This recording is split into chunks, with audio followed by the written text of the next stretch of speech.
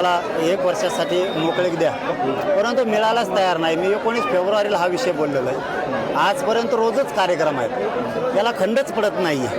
म्हणजे समाजावरती समाजाचं माझं खूप प्रेम आहे आणि माझ्यावरती पण समाजाचं लई आहे. त्यामुळं हे नातं इतकं अतूट झालं आहे. समाजाला कळतं आहे कोण काम करणार आहे, कोण आपल्यासाठी काम करतो, कोण आपल्या लेकरा बाळासाठी झटतोय आणि कोण समाजाचं काम करणाऱ्यावर टीका करतंय आणि का कोणाची सुपारी घेऊन करतंय हे समाजाला चांगलं कळतंय. त्यामुळे समाज बाजूलाच जाऊ देत नाही आहे मला 1 दिवसासाठी सुद्धा. मी प्रामाणिक सांगतो की मला संघटन नाही उभा करायचं, त्यांच्यासाठी यंत्रणा उभी करून द्यायची आहे. अडीअडचणी त्यांच्या लेकरा बाळाला कुठं आल्या, त्यांना आल्या. आयुष्य खूप मोठं आहे आणि याचा त्रास खूप आहे. दुनिया खूप आता बेकार निघाली. मुली शिकतात, मुलं शिकतात, ॲक्सिडेंट होतो, कुठं पडतं, दवाखान्यात जायला लागतं, पोलीस स्टेशनचे विषय आहेत, तहसीलचे विषय आहेत, अनेक विषय आहेत. मग गोरगरिबाच्या मदतीला कोण येणार? शेतीचे विषय आहेत, व्यापाराचे विषय आहेत, मालाला भावाचे विषय आहेत. कोणाचे जनावरं चोरीला जातात, कोणाची चोरी होती, डाके पडतात, विनाकारण त्रास दिला जातो, खोटे गुन्हे दाखल केले जातात. कुणी उधार नाही दिलं तर शिव्या दिल्या जातात, कुणाला उसने पैसे दिलेले असले ते वापस मागितले तर बुडविले जातात.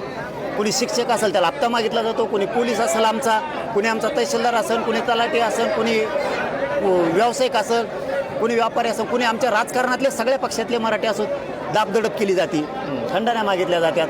मग अशा वेळेस ना एक यंत्रणा पाहिजे की त्यांना मदत करणारी, वेळेवरती सहकार्य करणारी, म्हणजे त्यांचं 5 मिनिटात काम होईल. एका ठिकाणी ॲक्सिडेंट झाला 15 मिनिटात मदतीला आहे, एखादा माणूस दवाखान्यात ये 15 मिनिटात माणूस मदतीला आला.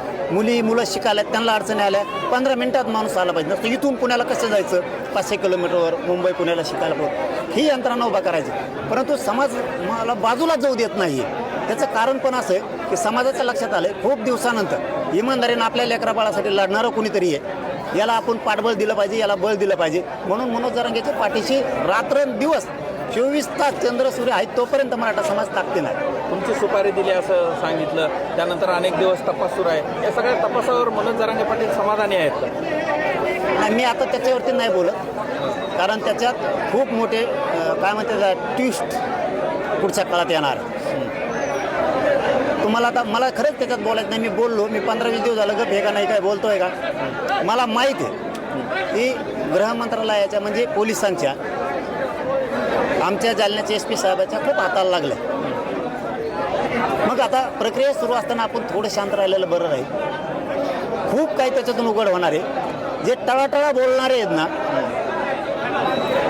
त्यांना इतकी बेकार खाली मान घालावं लागणार आहे समाजापुढं. आज समाज नाही ते आरोप त्यांचे ऐकून घेतो. एक दिवस इतका मोठा भांडाफोड होणार आहे तो, त्यामुळं ती तपास डबल होणार आहे. त्याच्यात आणखीन यंत्रणा बऱ्याचशा कामाला लागणार आहे, पण थोडा आता वेळ थांबावं लागणार आहे न्यायासाठी. काय म्हणतात ना, खोटं गावभर हिंडून येतं पण सत्याला वेळ लागतो. तसं आम्ही सत्यानं लढतोय. सत्यानंच माझ्यावरती सत्य चाललो, म्हणूनच समाजासाठी लढलो, म्हणूनच इतके षडयंत्र रचले गेले, इतके बदनामीचे डाव टाकले गेलेत.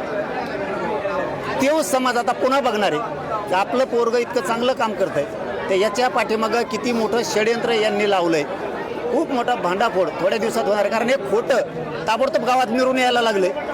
ती जुनी म्हणच आहे, खोटं गावाभर हिंडून येतं पण खऱ्याला वेळ लागतो.